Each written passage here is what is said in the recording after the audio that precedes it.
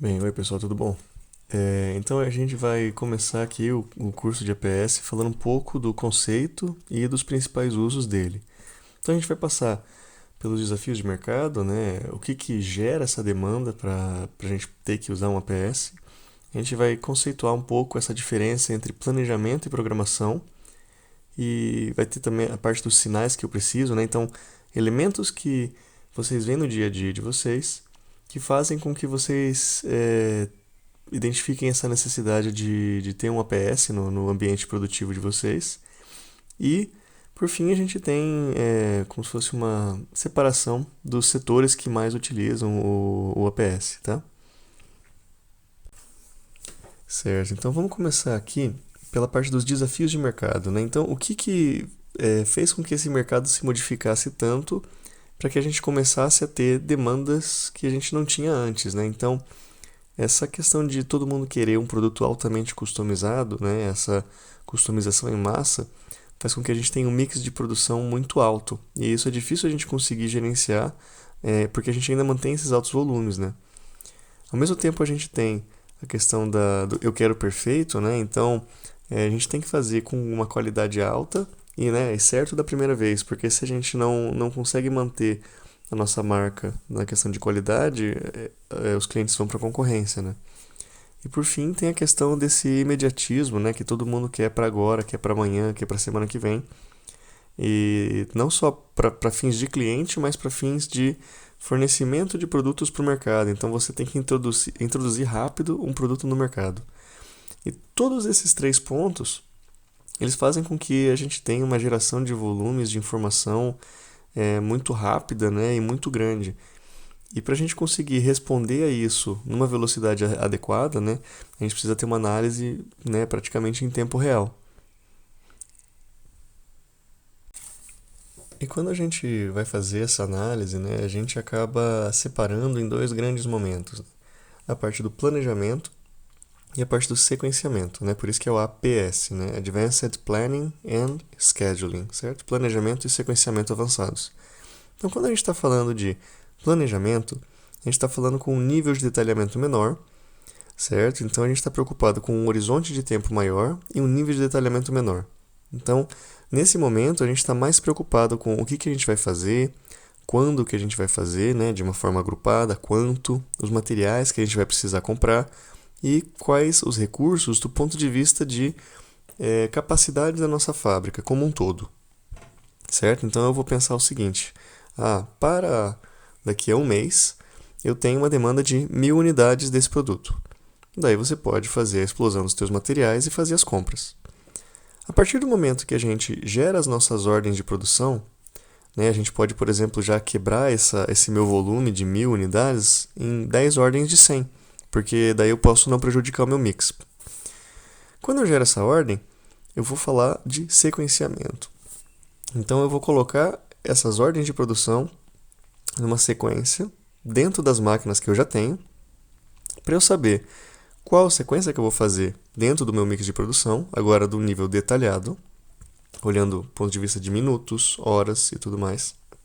Como eu vou sincronizar todas as operações, como que eu vou lidar com a questão de prioridade, restrição de ferramental, restrição de espaço, restrição de mão de obra, fazer o monitoramento da execução, então entender o que está acontecendo na minha fábrica e o que eu planejei, e fazer esse gerenciamento da mudança, que muitas vezes é bastante complicado, né? Porque às vezes vem uma ordem urgente que você tem que encaixar no meio da tua produção e como que você consegue fazer com que isso não impacte negativamente a tua fábrica, né? Uma outra visão que a gente pode ter aqui dessa parte de sequenciamento e de planejamento, né, é que quando a gente está fazendo o nosso planejamento de longo prazo, a gente olha, por exemplo, para um grupo de recursos, né, para um setor, e a gente começa a colocar as nossas ordens para a gente conseguir entender quanto de capacidade cada uma dessas ordens vai pegar, né? E uma vez que a gente colocou todas as nossas ordens dentro desse meu recurso produtivo, né, a gente considera também, por exemplo, quanto tempo de setup a gente colocou, e a gente viu que o nosso recurso está completamente completo, né, completamente cheio. Então a gente tem 100% da capacidade utilizada, né? O nosso carga-máquina está ali, né, com o percentual de uso para operações e o percentual de uso para setups. Mas quando a gente vai para o ambiente de detalhamento, né, o sequenciamento em si, a gente começa a ver os detalhes de cada uma das nossas ordens de produção, né? Então, aqui no nosso exemplo, a gente tem 3 cores diferentes sendo produzidas na mesma máquina. E vamos imaginar que o setup de cada máquina está relativo à cor que ela está ali pintada. Então, eu descobri ali que se eu colocar cores parecidas junto, eu vou ter menos setup. Então, eu agrupo as 2 ordens verdes, aí eu agrupo as 2 ordens azuis e eu agrupo as 2 ordens vermelhas. Então, isso faz com que eu tenha um ganho de capacidade. Né? E esse ganho de capacidade, relativo àquele momento de planejamento que a gente estava olhando antes, ele pode ser o que a gente usa para, por exemplo, lidar com os imprevistos que a gente tem no dia a dia, certo? Então, quebra de máquina, falta de mão de obra, a matéria-prima não chegou na hora.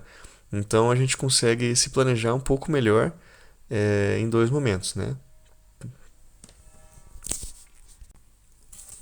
E aqui uma última visão que eu acho interessante a gente ter de planejamento contra o sequenciamento é que, bem, a gente já comentou que o planejamento está lidando com longo prazo, é uma questão de visão mais aproximada, e a gente está mais focado na parte de estoques, né?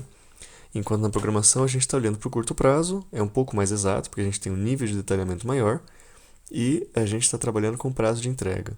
Então vamos imaginar o seguinte, que a gente tenha aqui um horizonte de 1 mês de trabalho, tá? Olhando ali semana 0, que é a semana que a gente está agora, semana 1, 2 e 3. Quando a gente está olhando para a semana inteira, né, todas as 4 semanas, a gente está olhando para o planejamento, tá? E a gente pega essa primeira semana como o nosso plano firme, então é o que a gente vai liberar para quebrar essas ordens pequenininhas e sequenciar. Quando a gente gera as ordens, a gente começa a quebrar em um horizonte um pouco menor, então a gente entra no nível de semana. E essa parte a gente chama de programação, tá?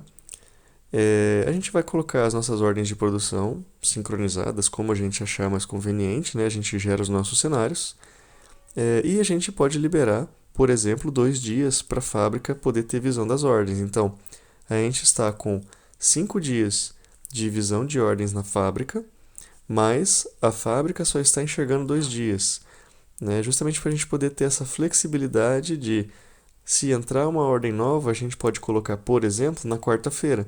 E isso não vai impactar nem a segunda e nem a terça, tá? Aí aqui nesse slide a gente começa a ter, por exemplo, ideias de como a gente pode se autoavaliar para saber se a gente precisa de um APS ou não. Então, quando a gente encontra dificuldades de otimizar setup, lidar com impactos de quebra de recurso, previsão de data de entrega, reprogramação da fábrica, é difícil encontrar qual o gargalo da tua fábrica, né? Às vezes é um setor, às vezes é um outro, né? A gente sabe que isso tem muito impacto vindo do mix, né? Porque às vezes muda o mix, o gargalo muda. Esse atendimento do plano de vendas, né? Então ele está ligado com a parte do ponto 3 ali, que é prever a data de entrega e atender o plano de vendas, né? Que são 2 coisas conectadas. O 7, absorver a variação do mix. Então, você tem às vezes sazonalidade ou você tem um mix muito grande de produtos com quantidades pequenas. Esse sincronismo do ciclo de produção, em especial quando você tem muitas etapas dentro da tua ordem de produção, né?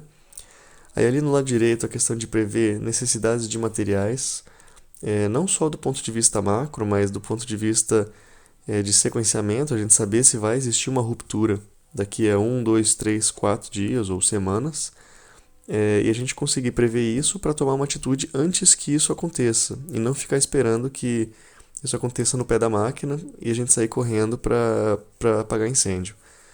Né? Daí a questão da compra de materiais, né? O gerenciamento do nível de estoque, não deixar mais do que precisa ou menos do que precisa.